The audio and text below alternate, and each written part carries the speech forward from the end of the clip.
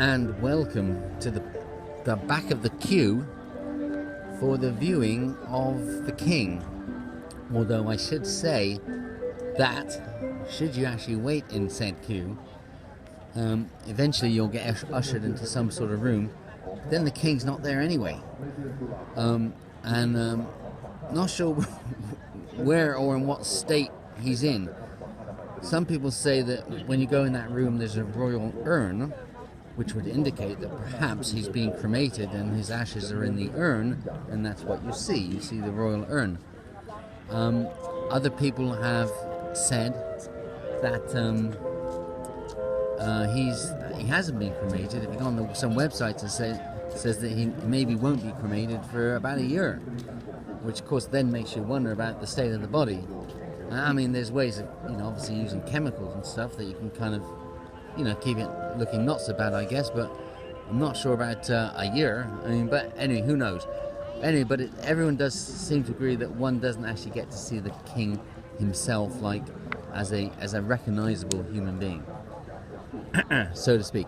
Anyway, and this is a long queue. It goes around here, goes all the way around, it doubles back on itself, all sorts of things, and it does seem as though it could well be a few hours wait, maybe even longer actually. Oh, here's Honey. See, Honey is dressed appropriately, because as you can see, most people are in black. There are exceptions, of course. If I were to stand in the queue, I would, of course, be a major exception, not only being a Falang or Farang or foreigner, but because of this. Blue shirt, kind of fawny coloured trousers, a hat on my head that's got... Anyway, but I do have a ribbon. I do have a ribbon. That I got for him. Yeah, right.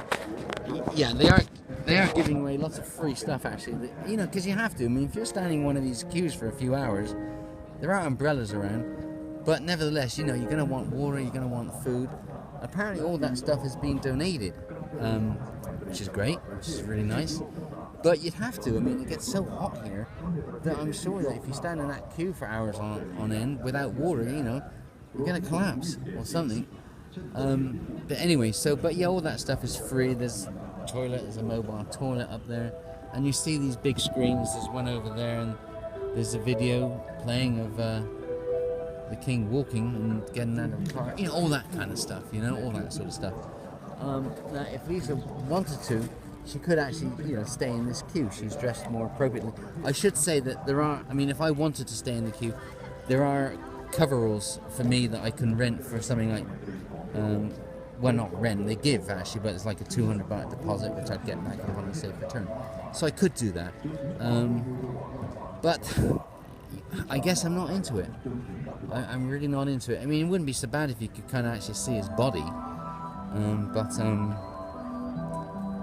it's different. I understand, of course, why these people do it, and it makes me think about what will happen when the Queen, Elizabeth II, when it's her time, presumably there's a lot of advanced planning already being made, the same as here in Thailand. Oh, and there's Queen Elizabeth, talking of the lady, there's Queen Elizabeth and Prince Philip on the screens. I mean, yeah, great. Oh, we're going to go over. Anyway, so presumably there's all sorts of preparations already been made in England for when it's the time of the Queen to pass on. And I guess it's all going to be somewhat similar, except in November, of course, it's not going to be steaming hot. So maybe they'll be giving away cups of tea to everybody. But, that day, those days will happen, of course. So hopefully maybe England can learn some of the lessons that Bangkok's going to be learning over this mourning period. There are many people coming from different provinces in Bangkok. I did read that for some people without the resources, the government will help with accommodation and transport, which is nice. There are free shuttle services around here to save people walking. Talking about walking, we're like the only ones. You can see everybody is like around the circumference of this, what is normally some sort of athletics field. I've been here before when they've had demonstrations, and people have actually died here. Anyway, and there's the Royal Palace. There is the Royal Palace. There is an option. I've been there. There is an option for Lisa to go, but that is a stunning building. Normally, that's a few hours there, and the ticket that you get to go in also allows you to go into other places. And but whether or not one would actually have the time to visit all those places is debatable.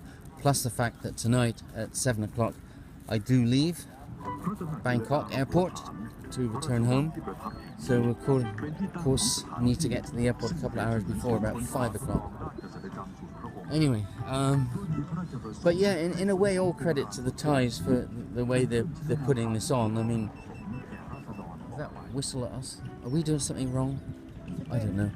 But anyway, I mean, this is a difficult thing to organise, isn't it? And of course, I'm sure the preparations have been made years in advance. But nevertheless, when the time actually comes, then, not everything's going to go perfectly, of course. And there he is. There's the man himself on the screen. And there's part of the queue. I mean, they've still got a way to go as well. Some people apparently have been waiting all day. Literally, they get here 6 o'clock in the morning, and we've heard that some people can take 10 or 12 hours. And there's some soldiers giving away water there. I've got mine here. Anyway, so so all credit to the Thais in a way for what is, clearly, not the happiest of events to have to organise. Okay, I think that's it for me. This could well be the last video of this trip. We have to be at the airport tonight. Lisa's leaving a few hours after I am. So this may well be the last video of this trip. May not be. So it makes me wonder where the next video will be from. We shall see. It might actually be Stonehenge. Not sure yet. Bye.